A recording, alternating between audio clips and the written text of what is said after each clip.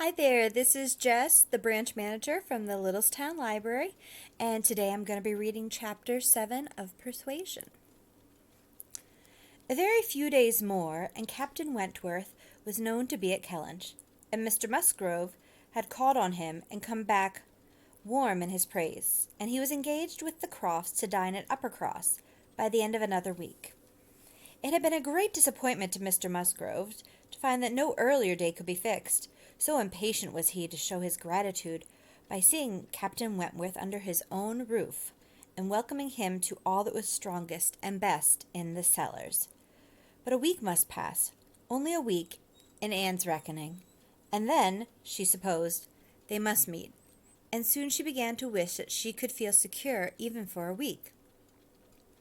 Captain Wentworth made a very early return to Mr. Musgrove's civility, and she was all but calling there in the same half hour. She and Mary were actually setting forward for the great house, where, as she afterwards learnt, they must inevitably have found him when they were stopped by the eldest boy's being at that moment brought home in consequence of a bad fall. The child's situation put the visit entirely aside, but she could not hear of her escape with indifference, even in the midst of the serious anxiety which they afterwards felt on his account. His collarbone was found to be dislocated, and such injury received in the back as roused the most alarming ideas. It was an afternoon of distress, and Anne had everything to do at once: the apothecary to send for, the father to have pursued and informed, the mother to support and keep from hysterics, the servants to control, the youngest child to banish, and the poor, suffering one to attend and soothe. Besides sending, as soon as she recollected it, proper notice to the other house, which brought her an accession rather of frightened, inquiring companions than of very useful assistance. Her brother's return was the first comfort. He could take best care of his wife. And the second blessing was the arrival of the apothecary. Till he came and had examined the child, their apprehensions were the worse for being vague. They suspected great injury, but knew not where. But now the collarbone was soon replaced, and though Mr. Robinson felt, and rubbed, looked grave, and spoke low words both to the father and the aunt, still they were all to hope the best, and to be able to part and eat their dinner in tolerable ease of mind. And then it was, just before they parted, that the two young aunts were able so far to digress from their nephew's state as to give the information of Captain Wentworth's visit, staying 5 minutes behind their father and mother to endeavor to express how perfectly delighted they were with him, how much handsomer, how infinitely more agreeable they thought him than any individual among their male acquaintance who had been at all a favorite before. How glad they had been to hear papa invite him to stay dinner, and how sorry when he said it was quite out of his power, and how glad again when he had promised, in reply to papa and mamma's farther pressing invitations, to come and dine with them on the morrow. Actually, on the morrow. And he had promised it in so pleasant a manner, as if he felt all the motive of their attention just as he ought. And in short, he had looked and said everything with such exquisite grace, that they could assure them all their heads were both turned by him. And off they ran, quite as full of glee as of love, and apparently more full of Captain Wentworth than of little Charles. The same story and the same raptures were repeated when the two girls came with their father through the gloom of the evening to make inquiries, and Mr. Musgrove, no longer under the first uneasiness about his heir, could add his confirmation and praise, and hoped there would be now no occasion for putting Captain Wentworth off, and only be sorry to think that the cottage party probably would not like to leave the little boy to give him the meeting. Oh, no! As to leaving the little boy, both father and mother were much too strong in recent alarm to bear the thought, and Anne, in the joy of the escape, could not help adding her warm protestation to theirs. Charles Musgrove, indeed, afterwards showed more of inclination. The child was going on so well, and he wished so much to be introduced to Captain Wentworth, that perhaps he might join them in the evening. He would not dine from home, but he might walk in for half an hour. But in this he was eagerly opposed by his wife with, "Oh, no, indeed, Charles, I cannot bear to have you go away. Only think if anything should happen." The child had a good night, and was going on well the next day. It must be a work of time to ascertain that no injury had been done to the spine, but Mr. Robinson found nothing to increase alarm, and Charles Musgrove began, consequently, to feel no necessity for longer confinement. The child was to be kept in bed and amused as quietly as possible. But what was there for a father to do? This was quite a female case, and it would be highly absurd in him, who would be of no use at home, to shut himself up. His father very much wished him to meet Captain Wentworth, and there being no sufficient reason against it, he ought to go, and it ended in his making a bold public declaration, when he came in from shooting, of his meaning to dress directly and dine at the other house. "Nothing can be going on better than the child," said he. "So I told my father, just now, that I would come, and he thought me quite right. Your sister being with you, my love, I have no scruple at all. You would not like to leave him yourself, but you see I can be of no use. Anne will send for me if anything is the matter." Husbands and wives generally understand when opposition will be vain. Mary knew, from Charles's manner of speaking, that he was quite determined on going, and that it would be of no use to tease him. She said nothing, therefore, till he was out of the room. But as soon as there was only Anne to hear, "So, you and I are to be left to shift by ourselves, with this poor sick child, and not a creature coming near us all the evening. I knew how it would be. This is always my luck. If there is anything disagreeable going on, men are always sure to get out of it. And Charles is as bad as any of them. Very unfeeling. I must say it is very unfeeling of him to be running away from his poor little boy. Talks of his being going on so well. How does he know that he is going on well? Or that there may not be a sudden change half an hour hence? I did not think Charles would have been so unfeeling. So here he is to go away and enjoy himself. And because I am the poor mother, I am not to be allowed to stir. And yet I am sure I am more unfit than anybody else to be about the child. My being the mother is the very reason why my feelings should not be tried. I am not at all equal to it. You saw how hysterical I was yesterday." "But that was only the effect of the suddenness of your alarm, of the shock. You will not be hysterical again. I dare say we shall have nothing to distress us. I perfectly understand Mr. Robinson's directions, and have no fears. And indeed, Mary, I cannot wonder at your husband. Nursing does not belong to a man. It is not his province. A sick child is always the mother's property. Her own feelings generally make it so." "Well, I hope I am as fond as my child as any mother, but I do not know that I am of any more use in the sick room than Charles, for I cannot be always scolding and teasing the poor child when it is ill. And you saw this morning that if I told him to keep quiet, he was sure to begin kicking about. I have not the nerves for this sort of thing." "But could you be comfortable yourself, to be spending the whole evening away from the poor boy?" "Yes. You see his papa can, and why should I not? Jemima is so careful, and she could send us word every hour how he was. I really think Charles might as well have told his father we would all come. I am not more alarmed about little Charles now than he is. I was dreadfully alarmed yesterday, but the case is very different today." "Well, if you do not think it too late to give notice for yourself, suppose you were to go, as well as your husband. Leave little Charles to my care. Mr. and Mrs. Musgrove cannot think it wrong while I remain with him." "Are you serious?" cried Mary, her eyes brightening. "Dear me, that's a very good thought, very good indeed. To be sure, I may just as well go as not, for I am of no use at home, am I? And it only harasses me. You, who have not a mother's feelings, are a great deal the properest person. You can make little Charles do anything. He always minds you at a word. It will be a great deal better than leaving him only with Jemima." "Oh, I shall certainly go. I am sure I ought if I can, quite as much as Charles, for they want me excessively to be acquainted with Captain Wentworth. And I know you do not mind being left alone. An excellent thought of yours, indeed, Anne. I will go and tell Charles and get ready directly. You can send for us, you know, at a moment's notice, if anything is the matter. But I dare say there will be nothing to alarm you. I should not go, you may be sure, if I did not feel quite at ease about my dear child." The next moment she was tapping at her husband's dressing-room door, and as Anne followed her upstairs, she was in time for the whole conversation, which began with Mary saying in a tone of great exultation, "I mean to go with you, Charles, for I am of no more use at home than you are. If I were to shut myself up forever with the child, I should not be able to persuade him to do anything he did not like. Anne will stay. Anne undertakes to stay at home and take care of him. It is Anne's own proposal, and so I shall go with you, which will be a great deal better, for I have not dined at the other house since Tuesday."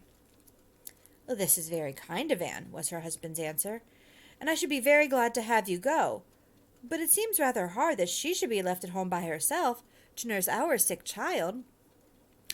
Anne was now at hand to take up her own cause, and the sincerity of her manner being soon sufficient to convince him, where conviction was at least very agreeable, he had no farther scruples as to her being left to dine alone, though he still wanted her to join them in the evening, when the child might be at rest for the night, and kindly urged her to let him come and fetch her. But she was quite unpersuadable. And this being the case, she had ere long the pleasure of seeing them set off together in high spirits. They were gone, she hoped, to be happy, however oddly constructed such happiness might seem. As for herself, she was left with as many sensations of comfort as were, perhaps, ever likely to be hers. She knew herself to be of the first utility to the child, and what was it to her if Frederick Wentworth were only half a mile distant, making himself agreeable to others? She would have liked to know how he felt as to a meeting, perhaps indifferent, if indifference could exist under such circumstances. He must be either indifferent or unwilling. Had he wished ever to see her again, he need not have waited till this time. He would have done what she could not, but believed that in his place she should have done long ago, when events had been early, giving him the independence which alone had been wanting. Her brother and sister came back delighted with their new acquaintance and their visit in general. There had been music, singing, talking, laughing, all that was agreeable. Charming manners in Captain Wentworth, no shyness or reserve. They seemed all to know each other perfectly, and he was coming the very next morning to shoot with Charles. He was to come to breakfast, but not at the cottage, though that had been proposed at first. But then he had been pressed to come to the great house instead, and he seemed afraid of being in Mrs. Charles Musgrove's way, on account of the child, and therefore, somehow, they hardly knew how, it ended in Charles's being to meet him to breakfast at his father's. Anne understood it. He wished to avoid seeing her. He had inquired after her, she found, slightly, as might suit a former slight acquaintance, seeming to acknowledge, such as she acknowledged, actuated, perhaps, by the same view of escaping introduction when they were to meet. The morning hours of the cottage were always later than those of the other house, and on the morrow the difference was so great that Mary and Anne were not more than beginning breakfast when Charles came in to say that they were just setting off, that he was come for his dogs, that his sisters were following with Captain Wentworth, his sisters meaning to visit Mary and the child, and Captain Wentworth proposing also to wait on her for a few minutes, if not inconvenient. And though Charles had answered for the child's being in no such state as could make it inconvenient, Captain Wentworth would not be satisfied without his running on to give notice. Mary, very much gratified by this attention, was delighted to receive him, while 1,000 feelings rushed on Anne, of which this was the most consoling, that it would soon be over. And it was soon over. In 2 minutes after Charles's preparation, the others appeared. They were in the drawing-room. Her eye half met Captain Wentworth's. A bow, a curtsy passed. She heard his voice. He talked to Mary, said all that was right, said something to the Miss Musgroves, enough to mark an easy footing. The room seemed full of persons and voices, but a few minutes ended it. Charles showed himself at the window. All was ready. Their visitor had bowed and was gone. The Miss Musgroves were gone too, suddenly resolving to walk to the end of the village with the sportsmen. The room was cleared, and Anne might finish her breakfast as she could. "It is over," she repeated to herself again and again in nervous gratitude. "The worst is over." Mary talked, but she could not attend. She had seen him. They had met. They had been once more in the same room. Soon, however, she began to reason with herself and try to be feeling less. 8 years, almost 8 years had passed since all had been given up. How absurd to be resuming the agitation which such an interval had banished into distance and indistinctness. What might not 8 years do? Events of every description, changes, alienations, removals, all must be comprised in it, an oblivion of the past. How natural, how certain, too. It included nearly a third part of her own life. Alas, with all her reasoning, she found that to retentive feelings 8 years may be little more than nothing. Now, how were his sentiments to be read? Was this like wishing to avoid her, and the next moment she was hating herself for the folly which asked the question? On one other question which perhaps her utmost wisdom might not have prevented, she was soon spared all suspense, for, after the Miss Musgroves had returned and finished their visit at the cottage, she had this spontaneous information from Mary. "Captain Wentworth is not very gallant by you, Anne, though he was so attentive to me. Henrietta asked him what he thought of you when they went away, and he said you were so altered he should not have known you." Mary had no feelings to make her respect her sisters in a common way, but she was perfectly unsuspicious of being inflicting any peculiar wound. Altered beyond his knowledge? Anne fully submitted in silent, deep mortification. Doubtless it was so, and she could take no revenge, for he was not altered, or not for the worse. She had already acknowledged it to herself, and she could not think differently, let him think of her as he would. No, the years which had destroyed her youth and bloom had only given him a more glowing, manly, open look, in no respect lessening his personal advantages. She had seemed the same Frederick Wentworth. So altered that he should not have known her again? These were words which could not but dwell with her, yet she soon began to rejoice that she had heard them.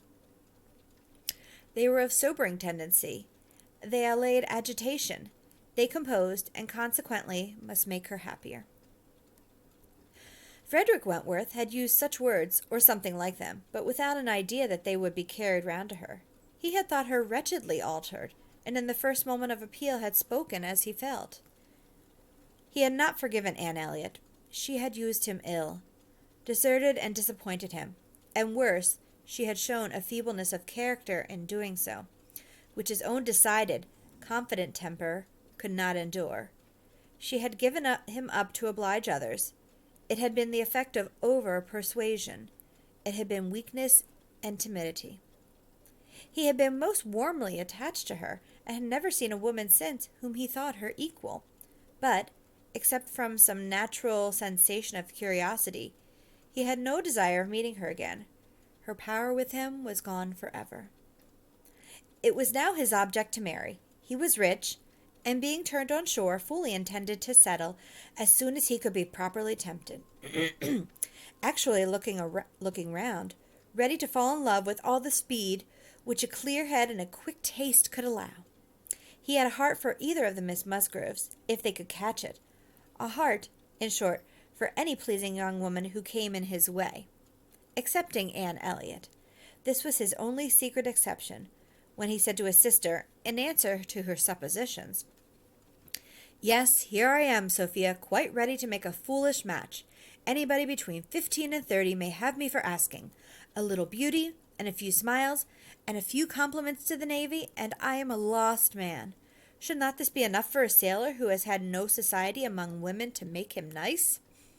He said it, she knew, to be contradicted. His bright, proud eye spoke the conviction that he was nice. And Anne Elliot was not out of his thoughts when he more seriously described the woman he should wish to meet with. A strong mind, with sweetness of manner, made the first and the last of the description. "That is the woman I want," said he. "Something a little inferior I shall of course put up with, but it must not be much. If I am a fool, I shall be a fool indeed, for I have thought on the subject more than most men." And that concludes Chapter 7. To be continued.